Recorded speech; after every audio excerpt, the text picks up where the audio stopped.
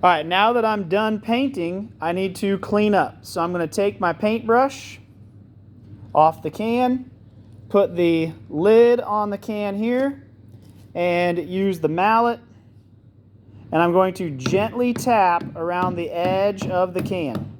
Notice I'm not taking it and smashing it down as hard as I possibly can. It just takes little taps, and I'm tapping around the edge of the can, not smashing it right in the middle. If you smash it in the middle, you're going to dent the lid, and it's not going to make a good seal. If you hit this as hard as you possibly can, then you're going to end up smashing the can, which is what the person did when they were closing up the red one. Gentle taps around the outside. Then you're going to take the brush and the paint. We're going to put the paint away. If you get the paint out, you put the paint away. So put the paint away.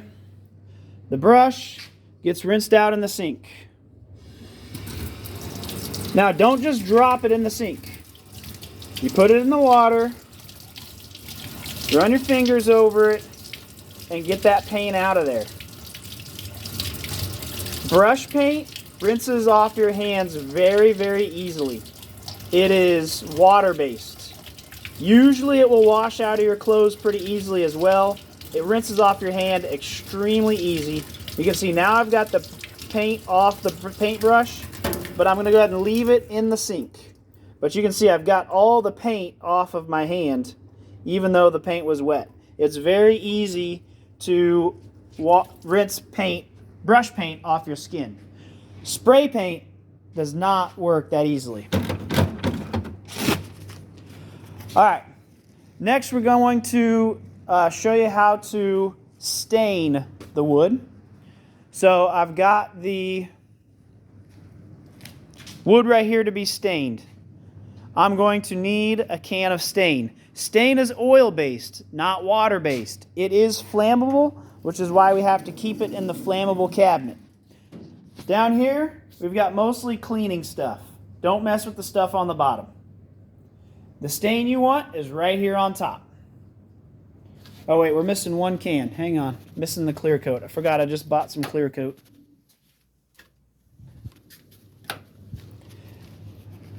We got a couple different kinds of clear coat here. All right, so the stain on the front shows you the color that it should end up when you're done staining your wood. So you can see this one, very, very light colored. And there's actually 2 cans of natural because that one's almost empty. So it's a little bit darker. That one's got kind of a reddish tint to it.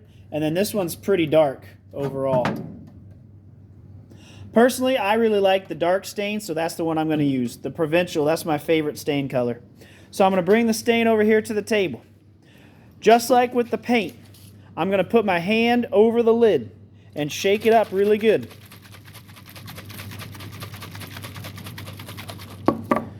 I'm going to use the flathead screwdriver and go around the outside of the can here and pull the lid up in several different places.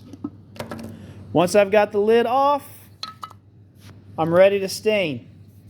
Now, stain will not come off your hand easily. It is oil-based. The only way to get it off your hand is by using paint thinner, which is not a good thing to use because paint thinner smells really bad, and if you use too much of it, it can be bad for your skin. So what we do instead is we use a plastic glove over our hand.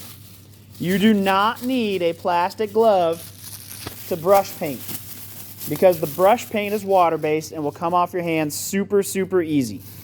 You also really only need 1 glove. There's no reason to have 2 gloves on when you're staining. You're going to use one of these rags.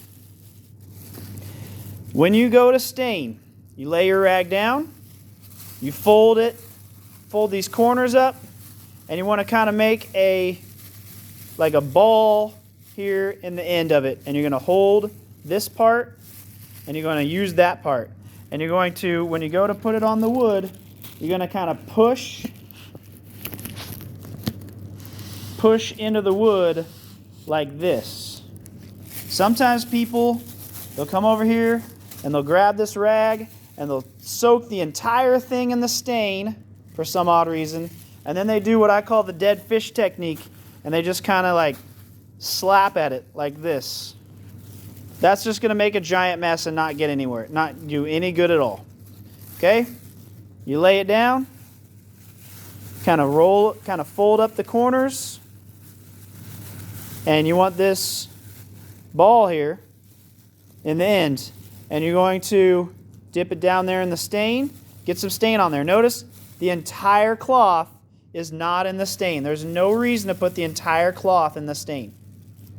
If it's dripping, just like with the brush paint, you're going to scrape it off on the edge. Now when I go to stain, again, the stain soaks into the wood. So you got to put a little bit of force on it and push it against the wood a little bit. Now you can see all these streaks and puddles here. I've got way too much stain on my wood. And that's why I have part of my stain rag does not have any stain on it. I can wipe back over it and wipe off the extra stain here. And now I've got a good finish.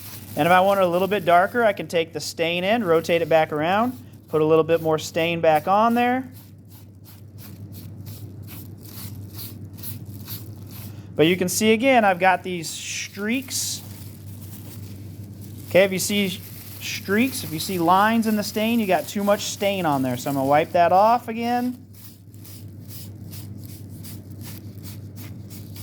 If you put too much stain on your wood, it's not going to all soak into the wood. The wood can only soak up so much.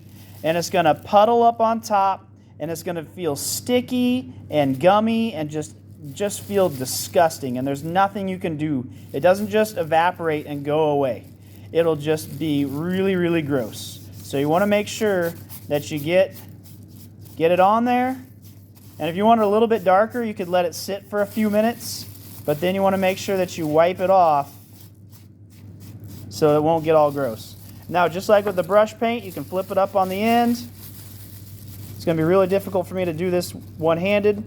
Sometimes you might have to push it like this. On the ends of the wood, since sometimes it's really rough, you have to kind of push it down in there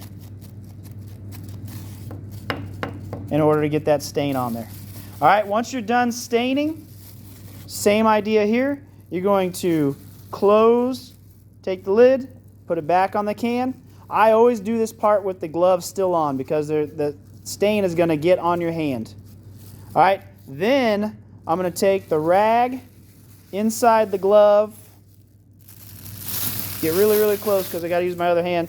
Pulled my glove off with the rag inside of it. Stain glove and rag goes here in the metal trash can.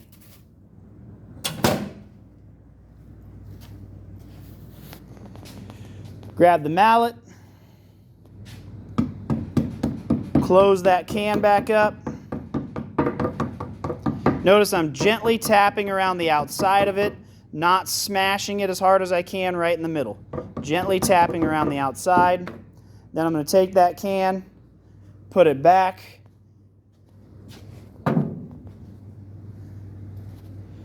Take this, pick it up, slide it off the paper towel into your locker, and let it dry. Stain, brush paint, spray paint, they're all the same in that you want to use light coats. Don't glob a bunch on. If the stain's not dark enough, or once the paint dries, you missed a few spots, go back over it, but don't glob it on or it's going to look junky and feel really gross. Now, stain is like spray paint in that it's oil-based, and so after you've let it dry overnight, the wood fiber is going to react with the oils and they're going to stand back up even though you've spent all that time sanding it. And it's going to feel sandy, like there's sawdust or sand or some kind of grit mixed into it. So if you want a good shiny finish, you come over here and you grab the steel wool.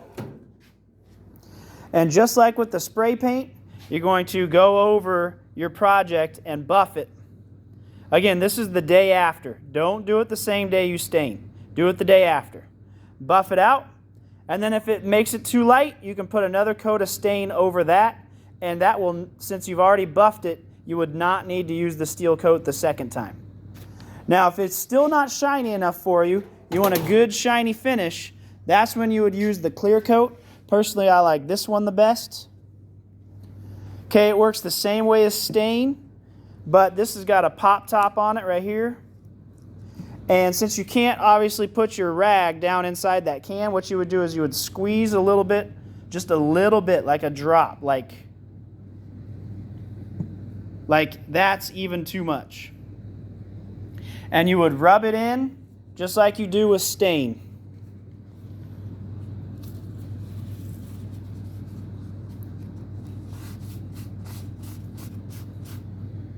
So you can see here, much shinier, here, duller because I haven't put the clear coat on that part yet. And that's going to give you a much, much shinier finish for your project. Now that came up with a bunch of stain on it. Hi, I need Sophia Pressler to office and Taylor Piper.